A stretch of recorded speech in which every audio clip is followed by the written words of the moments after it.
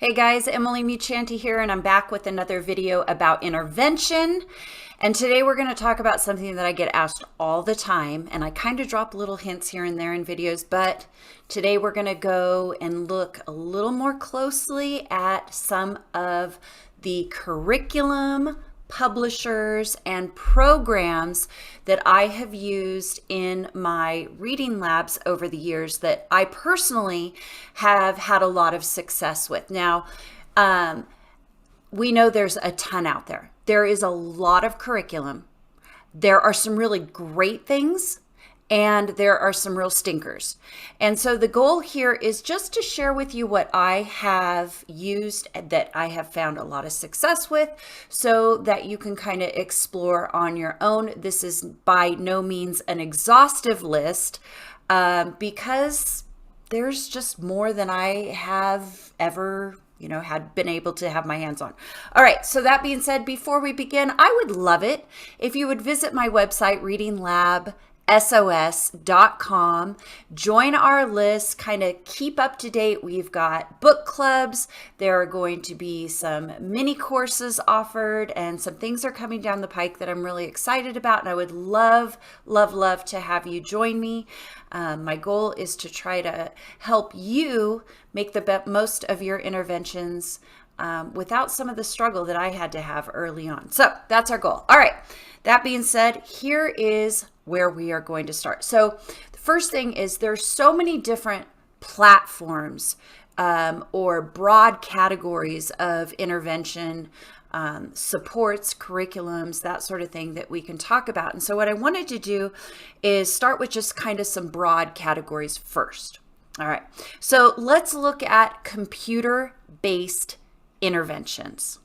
Now, these are things that we can put our students in front of a computer, and there may be a diagnostic assessment that goes along with it. There might be a placement test, and then instruction is delivered via the computer, and pros and cons, right? So some of the pros to this, and I'm not going to name any of the specific ones because I have a general feeling about computer programs that I'll get to in a minute, but computer-based programs, some pros, definitely there's very little prep on the teacher's part.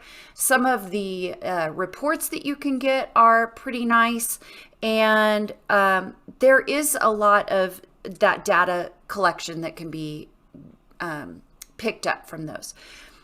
Computer programs for kids can be engaging, at least temporarily. But to me, there are some definite cons that we want to talk about. First of all, there's very little teacher-student interaction. And this causes me great concern. To me, the best gift we can give our students is a well-trained, well-informed, responsive teacher.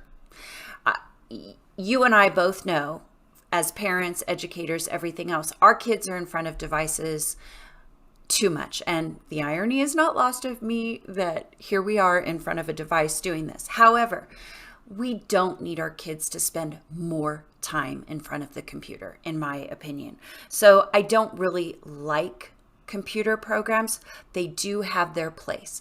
Another con, they are very expensive in a lot of cases. Some of the better ones, they're very, very pricey. And I would rather see that money taken and put into getting another para in your reading lab so that you can support more students with some teacher-student instruction. Another thing is kids will learn how to fake it. And they get what I call click happy, or they kind of learn the way around it. So if there's any instruction, they learn how to kind of bypass it to get to the games.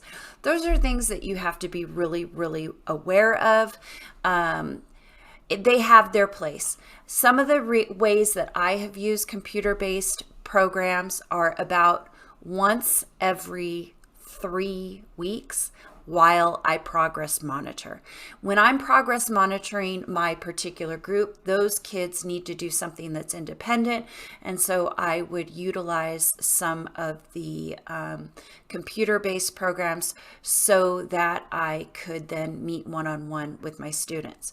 So they have their place, but again, I would caution you about adding more computer-based programs.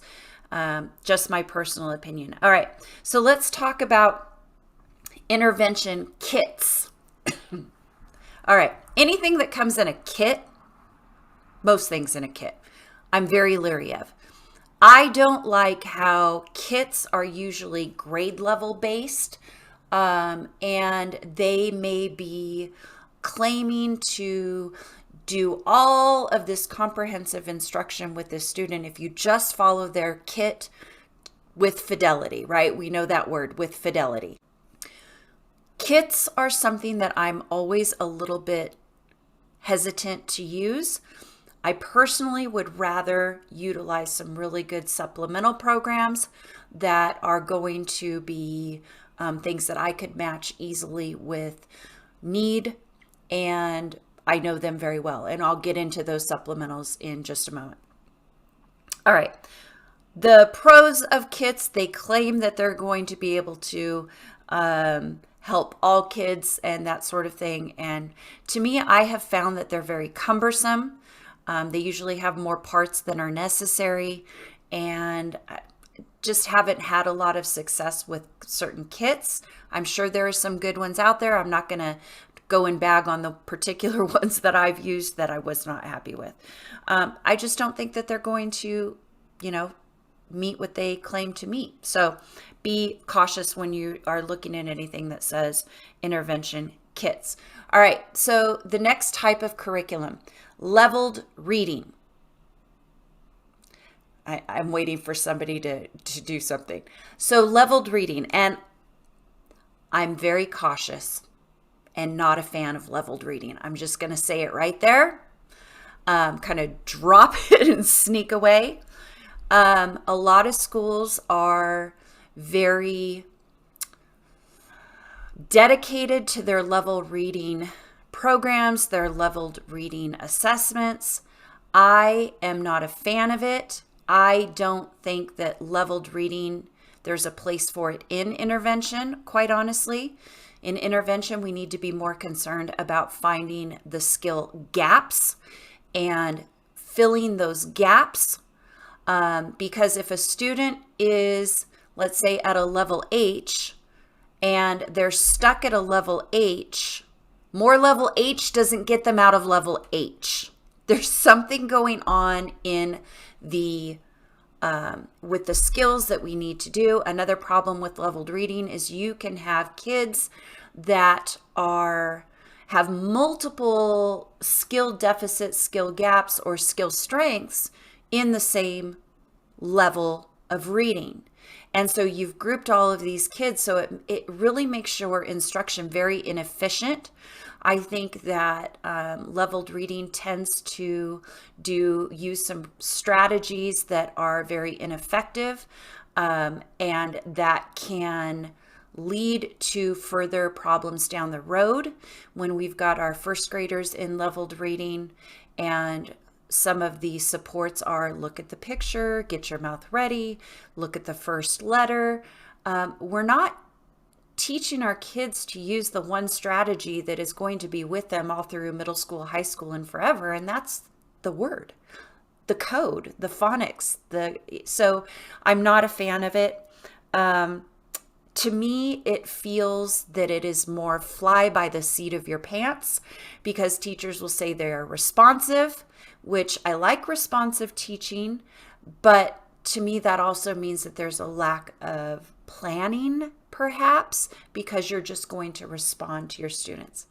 Some teachers are very skilled at this. I don't want to get into the battle or the war over it.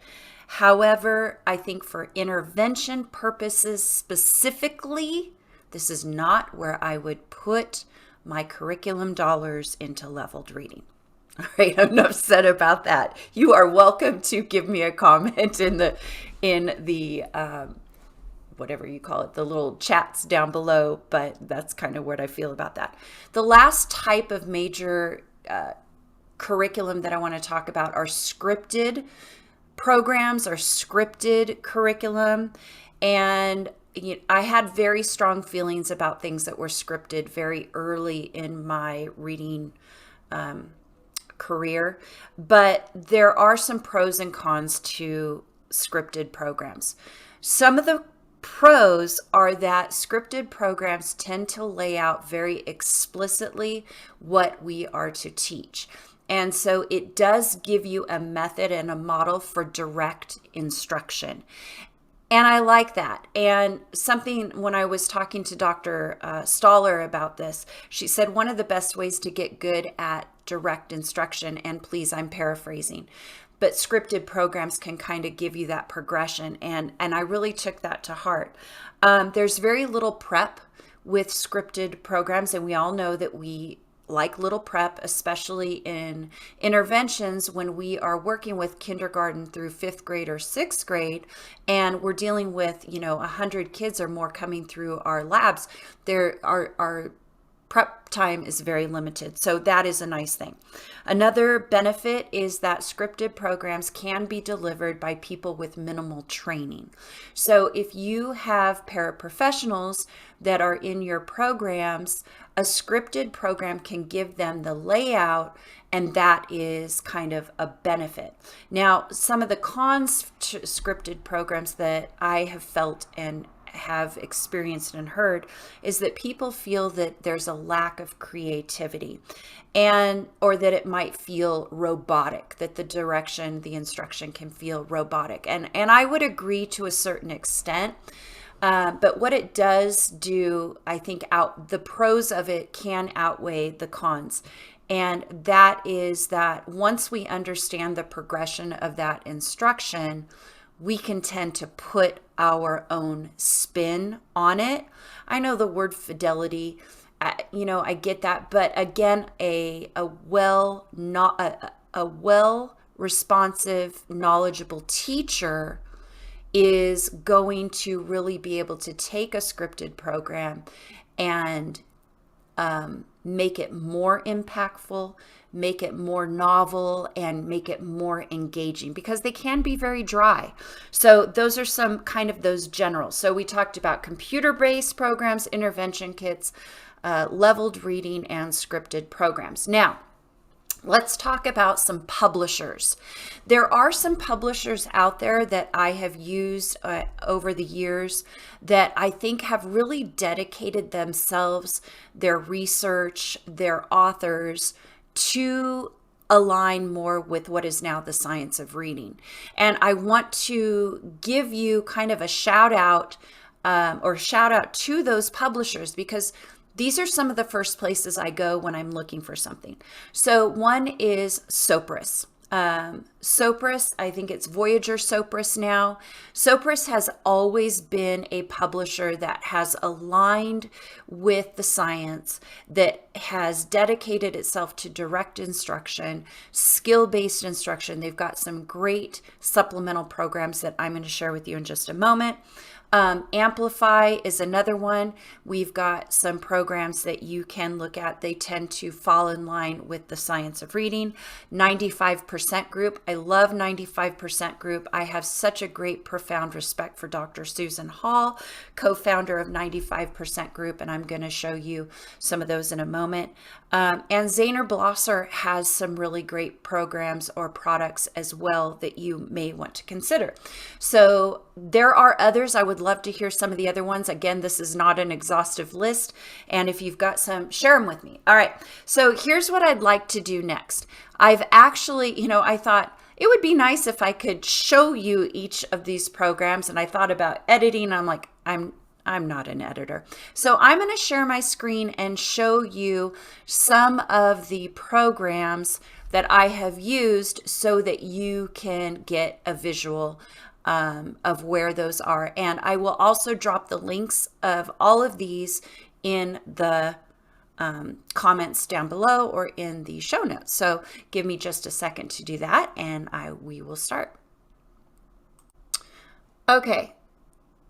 So let's begin with, I'm going to start with younger students and then move my way up to some of our older students. And these are programs that I've used in my reading labs, and I'll tell you a little bit about them. So one of the first that I really like is called Explode the Code.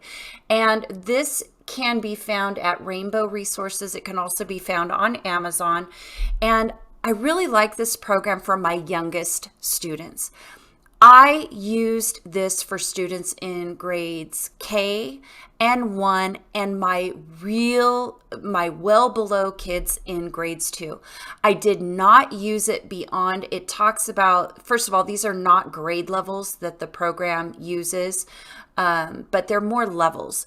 And I have found that my young ones really benefit from this particular type of curriculum because they find a lot of success in it. And so I'm just kind of scrolling through the website so you could see. And let me go to, here's one, see if I can show you a sample page. But one of the things that I really like about this is you can see here the progression of the book. So it's got 11 lessons in this one, short A with final T, short A with M, N, and D, and T. They're very phonics based, and they go over a particular skill more than once in multisensory ways. So let me show you. Here's an example where the students have to find the word that starts with the ah sound, but then it's going to continue to work with the ah sound in another few ways. And there is some letter formation. Now, the different programs are, they're going to progress at different levels. I found that my kindergartners, they could find so much success here. They would go through it. They felt like, oh my gosh, I'm really doing well. So this was a great confidence builder for my kids that were young and my kids that were really struggling. Let's see if I can show you one that's a little more advanced. But at the same time, I found that my older students, it was too babyish. So I did not go beyond like second grade with this. And it just depends, because all of my curriculum that I chose, I did not choose it by grade level. I chose it by group within a certain grade level, and it was based on need. So you can just see that there are some different types of work that students could do with this. So I really liked this. Again, K12. You can find it at rainbowresources.com. You can find it, just Google it, Explode the Code. It's an oldie but a goodie. Some of the pictures are a little weird to try to figure out what they're referring to, but again, liked it a lot. All right, so let's go over to Hegerty. Is another program that, or supplemental program that I used, and I know it's very popular. I used this with my kindergartners and first grades, and I did this whole group with my reading lab kids. I continued with any of my well below students in second grade that showed an extreme deficit in phonological awareness. It was not something that I did not do advanced with all of my students beyond grades 3, but there might have been a pocket here or there when I found that it was necessary. So and this is the book that I used. I don't see that I can show you the inside of it. Let's see, but you can see it's $80. So, and this is one curriculum for the entire year. You don't have to make any copies. I love the progression of it. So yeah, it's a really great one. All right, so moving on, 95% group. Oh my gosh, again, can't say enough about 95% group. Toward kind of the end of my time in one of my reading labs, we picked up the Phonics Lessons Library. I will say they were rather expensive, but it was worth it. And so this is something that you may want to look at a Donors Choose if you have some additional resources. But what's nice about the Phonics lesson library, I'm not sure if I can open it and show you, but we can try. Let's look at a PDF here. Oh, it's going to make me jump in. Okay. I don't think I can see it. Yeah, probably not. Okay, so the Phonics lesson libraries, they actually come in like little Ziploc baggies, and you can grab them, and they're really good for about a week. The progression that starts with the phonological awareness, the word work, the what do you call it? The flashcards, they're all a part of this, and it's just hands-on, interactive. It is scripted, and so it was a very direct instruction approach to different skills within the phonics span. And so you can see here we've got one that's working on vowel teams, AI and AY. Here's closed simple multisyllable words, and long vowel short, this one says long vowel silent E with a long I. So these are really great. I would definitely give them a look. Again, a little pricey, but worth the investment, especially if you've got different teachers also that are delivering some of this instruction. They are like grab and go. I've seen them set up in different libraries or as a resource room. So really an impressive type of product. All right, moving on. So continuing on with phonics, Phonics for Reading, which is, you can purchase this through Curriculum Associates. That's another one I forgot to mention. I do like them. This program is also authored by Anita Archer. You guys know me. I love Anita Archer. She can do no wrong in my eyes. Fangirl crush. But Phonics for Reading is going to have 3 levels of phonics instruction. It is scripted, but what I like about the script is it's minimal. And so once you get the progression down of the program, you can very easily tweak this to fit your own style. So I did really love that. Let me see if I can go inside of it. I'm not sure if we can. Sometimes they let you, sometimes you have to like put your info in. Let's see if we can see it here. Okay. So the Phonics for Reading is also good. I picked this up. It says like it's for older students, grades 3 through 12, that are struggling. They're not quite ready for the next program we're going to talk about, which is rewards. And so they need some early phonics work. I have found that I could actually take this program at the level 1 and start it with mid to end of first grade for some of my more advanced in intervention. Okay, let's keep that in mind where we're looking. We also used this in one of our platooning groups where a classroom was delivering this. And again, there are 3 levels. There are placement tests involved. And I really liked the progression of it. Let me see if I can give you a tour of it. So again, there's my favorite person ever, Dr. Archer. She's amazing. And she's doing some things with iReady, it looks. So that's one of those computer programs. All right. Okay, let's see where else we can go. So another one by Dr. Archer that is great for our older students is rewards. This can be found at Voyager Sopris Learning. I've used rewards even in the middle school and high school. It comes in an intermediate and a secondary version. I forget what they call it, but this is a very explicit, systematic program that is designed to aid in multisyllabic word reading.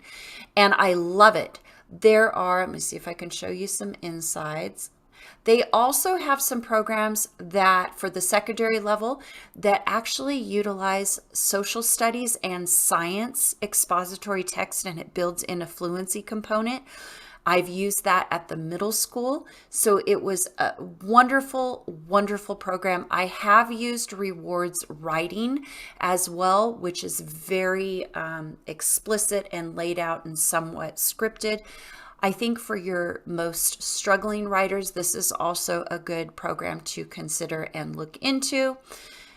Again, this is for See if I can get inside of it. Download the overview. Woohoo! Okay. Oh, I already did this. So we can see a little bit about how she lays this out. I'd like to show you an actual page, but I may not be that lucky. She uses something that I call the looping strategy, where she is identifying prefixes and suffixes and that vowel representation in the syllables, and then we teach our kids to loop or chunk. And so it's been very effective. I've used it with a lot of different students. This is the PDF that is downloadable. Again, Voyager Sopris, and I will put the link in the comments. Another one that I love for fluency is the 6-minute solution. And the 6-minute solution is a program that is based off of the concept of repeated reading and timing students and charting their progress. Now, when I first became a reading specialist, I was very against this type of instruction. And then I tried it and I was blown away by how effective it was at, first of all, building the confidence and motivation of my most struggling readers, and over time, really increasing rate and kind of that orthographic mapping of the students learning those words because they're getting multiple exposures to words. 6-minute solution is also based on all expository text, and it comes in a variety of levels. The idea is that you can deliver this instruction in 6 minutes, or practice. It's really practice. It's not so much of an instruction. I will say that I challenged my kids to get it to 6 minutes, and we would hit it once or twice, but it was more like 8 to 10 minutes in my groups because of coming in, settling down, and waiting for kids to come from certain classes. But you can see the progression within those 6 minutes. It comes in 3 different levels, and I have used all 3 levels.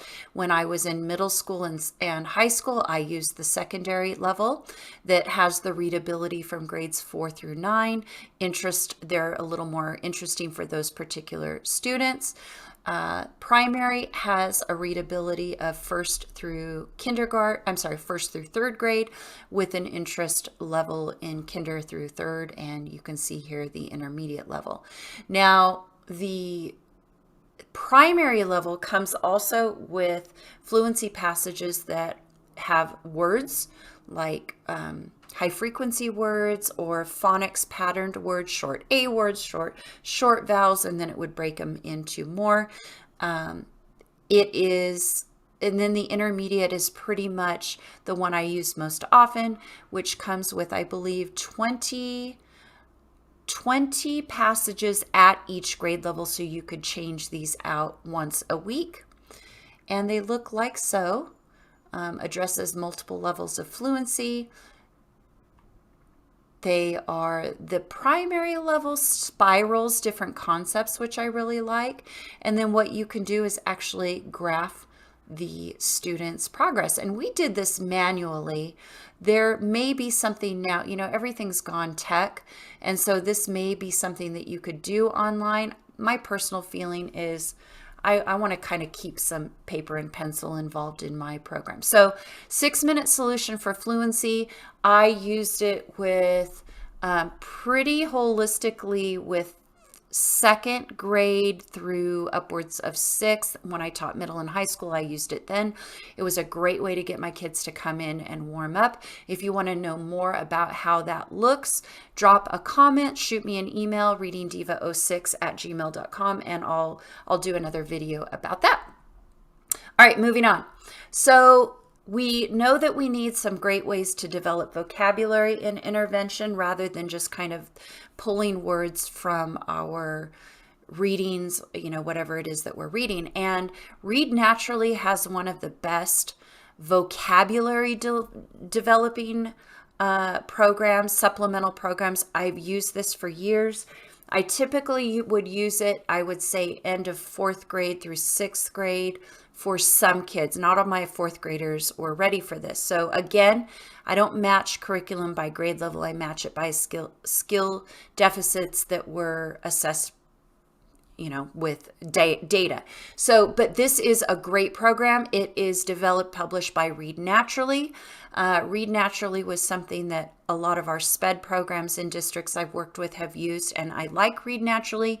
I didn't think it went deep enough for intervention. I think it was something that was adequate, but I loved the Take Aim. And so what they did, put my glasses back on so I can show you.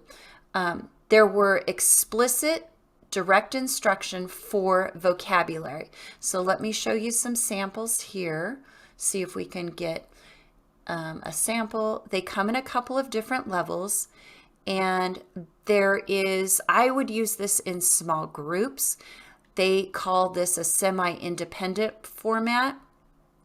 See if I can show you some of the, there is a pretest at the beginning of a unit that will work toward identifying the 25 words that are going to be spiraled in those units.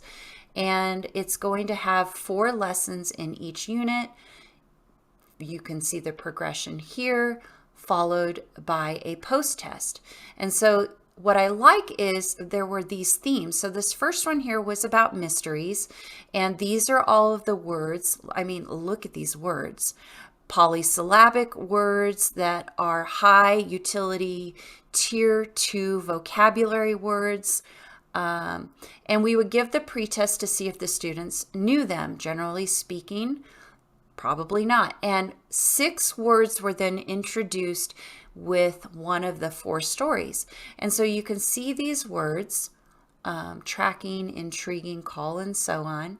176 words. This looks a lot like a Read Naturally passage. And then it breaks it down so you could do some repeated reading, and it shows you the definition within the context. And then, let's see, it shows you again the other 3 words, some general comprehension questions that would talk about main idea and the context and how they're used. And this I love. 6 words that are intended to be sketched. This, we all know how important it is to visually represent these new vocabulary words. So they give you a way that you can sketch these words. We're going to clarify the targeted words by using them in context outside of the story, and talk about some of the word parts, followed by some additional word part work, some enrichment. But here is the the sheet that the students are going to use. So this is how the student keeps track of what they're doing. They're going to read this passage 3 times, and there's more to it than that you can see in the guide, answering some comprehension questions, and then they are, I love this teeny little box, sketch out the word. It's not an art project, it's a sketch. We're talking stick figures, and they're going to write the word and draw a sketch. Write the word, draw a sketch. They're going to then identify the answers to those questions that we looked at. And here's the semi-independent part. They do what's called a hink pink or a hinky pinky, and when they take their letters and plug them into this little key, if the hink pink makes sense and it's spelled correctly, then they have gotten the answers right. So it's a semi-independent way to check their understanding. I love it. So I forget, of course, I'm going to try to think of a hink pink, like I'll come back to it if I can. If I can see an answer, I can tell you the exact what it is, but it leaves me now. So this is Take Aim. Generally speaking, 1 unit, it's about 3 or 4 weeks for a unit. And a unit, remember, was 4 passages. No, so not quite that much, maybe 2 to 3 weeks. And then they get this post-test to see if they have mastered this. And all of these words spiral through each of the 4 stories. Fantastic program. I would suggest, if you decide that this is something that you are interested in, you really only need to start with one of the levels, like the goldenrod, because there's so much. I never was able to get a kid through more than one, but fantastic program. Shout out to Read Naturally. I think it's wonderful. All right, moving on. So what do we do with kids that are in need of comprehension? Since I'm not a leveled reading fan, I love Scholastic News. Scholastic News has such great products at all different levels. They're very engaging.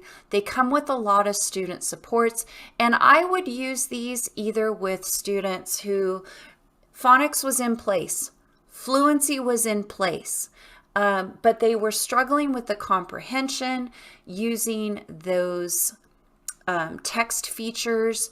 And I love that the content of Scholastic News was current. It was eye-catching, and there were some teacher resources that come along with it. They have a great product. And oftentimes I would spiral these inside of some of my other kids that were doing some phonics work. They get a little, like after about 4 weeks, they're like, okay, can I do another phonics lesson? And so we would come back in and spiral through a week with some Scholastic News and do some reading of connected text. These are not decodable. So you have to be a little careful who you're using them with, or using them carefully. But a great product. What's also nice is you can get weekly issues that come to you throughout the school year, and they're very affordable. I have asked and had parent-teacher clubs. Our parent club has purchased this for our intervention, and then we keep them, and I recycle them throughout the year. So something that it's really a great product. Again, you can see there are some pieces that come along with the online components, some games, and some things like that. So yeah, love Scholastic News. If you are middle school, high school, there's my garbage truck. If you are middle school or high school, you can look into their other magazines. Scope is a great one. But these are really for elementary schools. So we talked about decodable text. So when we're working on phonics skills, we have to not only teach the skill, but we also have to be able to give our students opportunities to read words in connected text using decodable readers for our younger kids. And so Super Kids is a really good resource for decodable text. I personally used the decodables that came with our adoption because I was looking for some free resources, and those would come with our Wonders programs or Houghton Mifflin, that sort of thing. They're not great, but when you're hurting for curriculum, that's what I used. But Super Kids or Spire is another good one that you could look into. So decodable text, and just having a library of resources for your students. The idea here is, though, that you're matching the decodable text to the skill that you are working on with your groups. So those are something that are important. Now, I had to do my last one that I wanted to share with you. I had to give a shout out to Versatiles. We talked a little bit about the need for students to have things that are independent for when you are progress monitoring, or if you have a para that is absent and there's a sub shortage and you don't have something to do with your students. We saw our students every single day. We never canceled reading lab. That was something, it was really precious time. So I needed to have things available for my students when we were in a pinch. And Versatile is an amazing program. I actually learned about this when my own son was in the reading lab when he was in 3rd grade. So he's 20 now. And he would come home talking about how fun these were. And I went to his reading lab, and I actually took that reading lab over a number of years later. This was such a great program.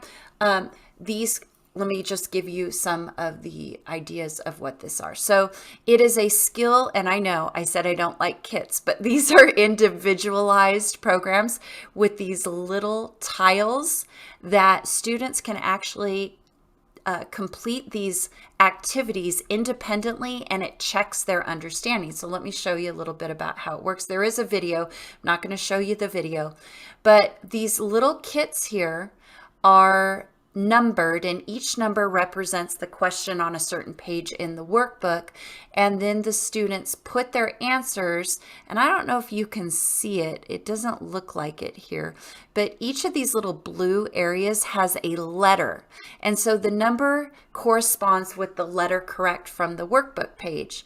And then what happens is when the students close it, they turn it over, and there is a pattern. And the pattern is the same pattern that is inside of the workbook. And I don't see the workbook open here, so let me see if I can open it. Here's one. Let's see if we can look at this. So you can see this is a math one, and it does come with math as well, but I use the language arts. So you can see here for math, it's got the sum and it says number 1, and then I have to find the answer. See how those are labeled A, B, C, D, E? And then I put the tile where it needs to be. And so the kids just blast through these, and they are great ways to develop skills. See if this is from hand to mind. Oh, sorry about that. Let me go back.